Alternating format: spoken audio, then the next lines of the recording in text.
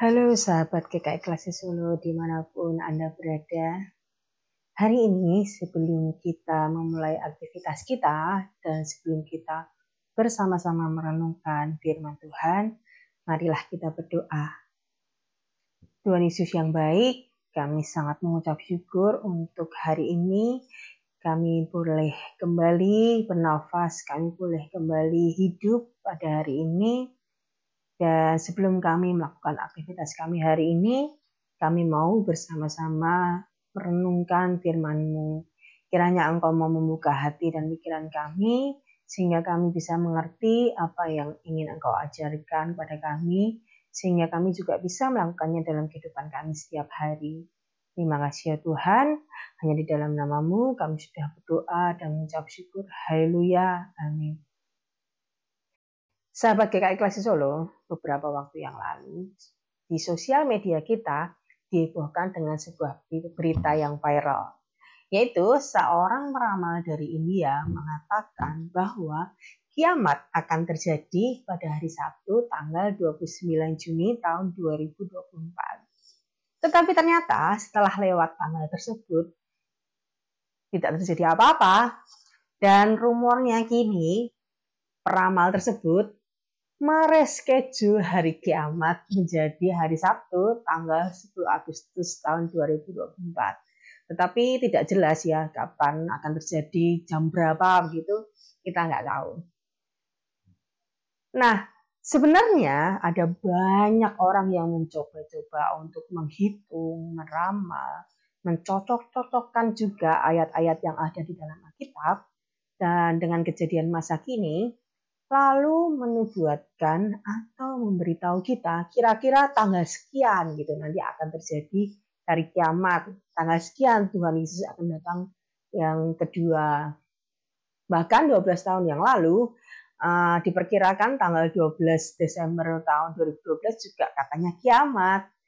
Jadi kira-kira tahun 2009 muncul sebuah film yang menceritakan hari kiamat tanggal 12 Desember 2012, yang dimana film tersebut menceritakan dunia itu akan hancur semua dan orang itu berlomba-lomba untuk menyelamatkan diri dengan cara masuk ke sebuah kapal bunker begitu. Itu adalah kapal untuk pertahanan hidup yang nanti akan mendarat ke sebuah tempat yang namanya Tanjung Harapan. Gitu. Tapi ternyata 12 tahun berlalu dan hari ini tidak terjadi apapun, tidak terjadi kiamat juga, dunia masih belum berakhir.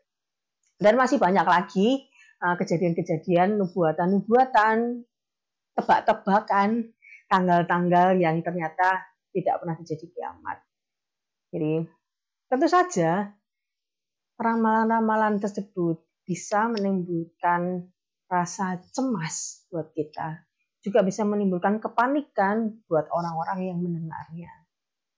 Tetapi di sisi yang lain juga bisa menimbulkan sebuah sikap yang skeptis, di mana kita tidak lagi hari kiamat gak pernah terjadi, jadi ya kayaknya nggak mungkin terjadilah, Tuhan nggak mungkin datang kedua kali lah. Orang nyatanya semua tanggal sudah terlewat begitu saja dan tidak terjadi apapun. Maka masih perlukah kita berharap akan hari kiamat atau kedatangan Yesus yang kedua, jika nyata-nyatanya siapapun yang mencoba untuk meramal, mencocok-cocokkan, dan tidak pernah terjadi? Nah, jemaat Yakobus ternyata juga mengalami kondisi yang hampir serupa. Mereka itu menantikan kedatangan Tuhan, menantikan hari Tuhan, tetapi ternyata hari Tuhan itu tidak kunjung datang. Padahal penderitaan yang mereka alami itu semakin berat. Mereka rasanya sudah tidak kuat lagi. Sehingga mereka mempertaruhkan seluruh harapannya pada hari akhir itu, pada hari Tuhan itu. Yang mana mereka berharap bahwa penderitaan yang mereka alami itu akan selesai. Tetapi di sisi yang lain, ada juga mereka yang sudah tidak lagi berpengharapan akan hari akhir. Mereka tidak peduli dengan hari Tuhan, sehingga mereka hidup dengan ngawur-ngawuran dan bertindak sesuka hati. Maka muncullah nasihat dalam Yakobus pasal 5 ayat yang ke-7 sampai yang ke-11 yang berbunyi demikian. Karena itu, saudara-saudara, bersabarlah sampai kedatangan Tuhan. Sesungguhnya petani menantikan hasil yang berharga dari tanahnya, dan ia sabar sampai telah turun hujan musim gugur dan hujan musim semi. Kamu juga harus bersabar dan harus meneguhkan hatimu, karena kedatangan Tuhan sudah dekat. Saudara-saudara, janganlah saling mempersalahkan, supaya kamu jangan dihukum. Sesungguhnya hakim telah berdiri di ambang pintu. Saudara-saudara, turutilah teladan penderitaan dan kesabaran para nabi yang telah berbicara demi nama Tuhan. Sesungguhnya kita menyebut berbahagia orang-orang yang tabah. Kamu telah mendengar tentang ketabahan Ayub dan telah mengetahui tujuan Tuhan, karena Tuhan Maha Penyayang dan penuh dengan belas kasihan. Yakobus mengingatkan kita untuk bersabar menantikan kedatangan Tuhan. Yakobus juga memberikan sebuah ilustrasi seperti seorang petani yang sabar menantikan hasil panen mereka. Sama seperti petani yang sabar menunggu musim dan proses panen, kita pun juga harus sabar menantikan waktu yang Tuhan tentukan kapan kedatangannya itu. Semua itu ada waktunya, dan waktunya itu tidak ada di tangan kita. Jadi kita nggak tahu itu kapan, dan kita pun juga nggak bisa memastikan itu kapan terjadi. Kita juga tidak bisa menyuruh itu terjadi tanggal sekian.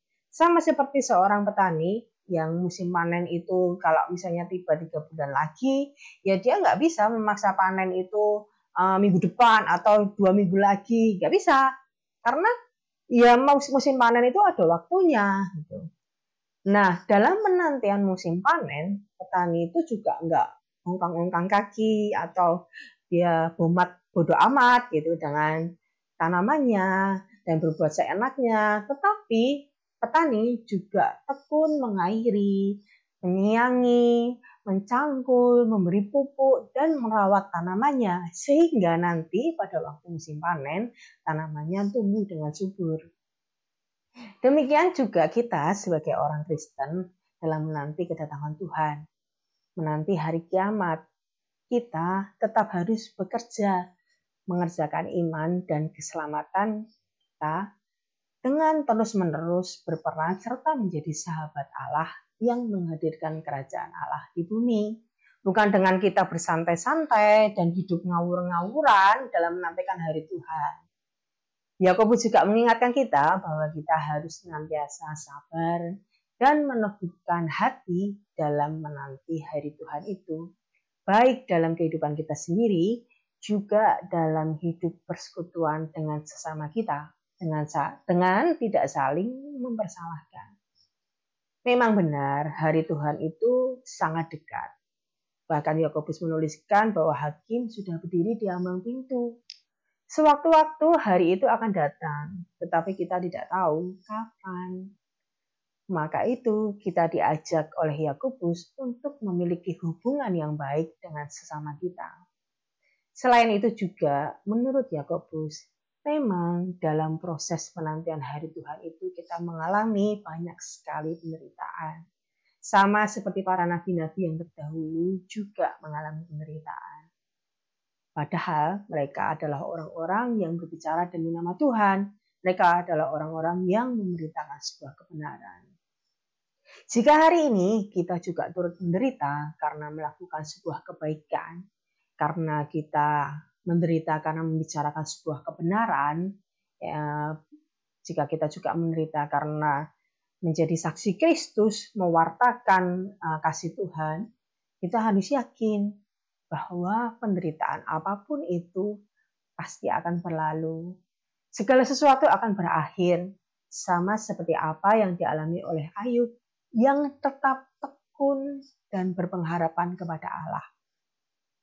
Yang pasti, Allah ada, Allah bersama dengan kita, Allah berjalan dengan kita di tengah penderitaan yang kita alami.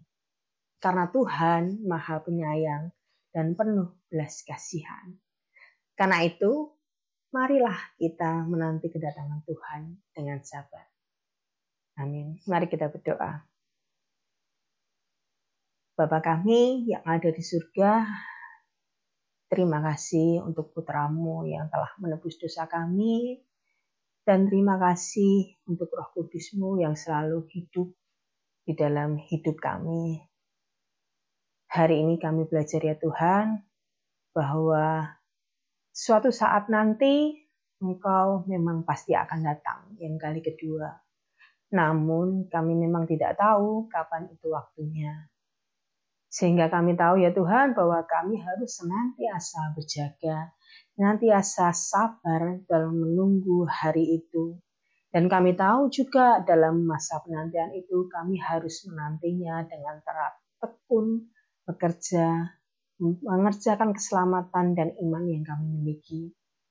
Ya Tuhan, jagalah kami terus ya Tuhan, apapun yang kami alami hari ini, penderitaan apapun yang harus kami lewati hari ini, kami percaya bahwa Engkau adalah Allah yang Maha Pengasih dan Penyayang. Engkau Allah yang selalu berjalan bersama kami, yang ada di samping kami dalam setiap waktu. Terima kasih ya Tuhan, kami akan kembali melakukan aktivitas kami hari ini. Kiranya apapun yang kami lakukan hari ini dapat menjadi berkat bagi orang lain yang melihatnya. Terima kasih ya Tuhan, kami tidak bisa melakukan ini semua tanpa tuntunan-Mu.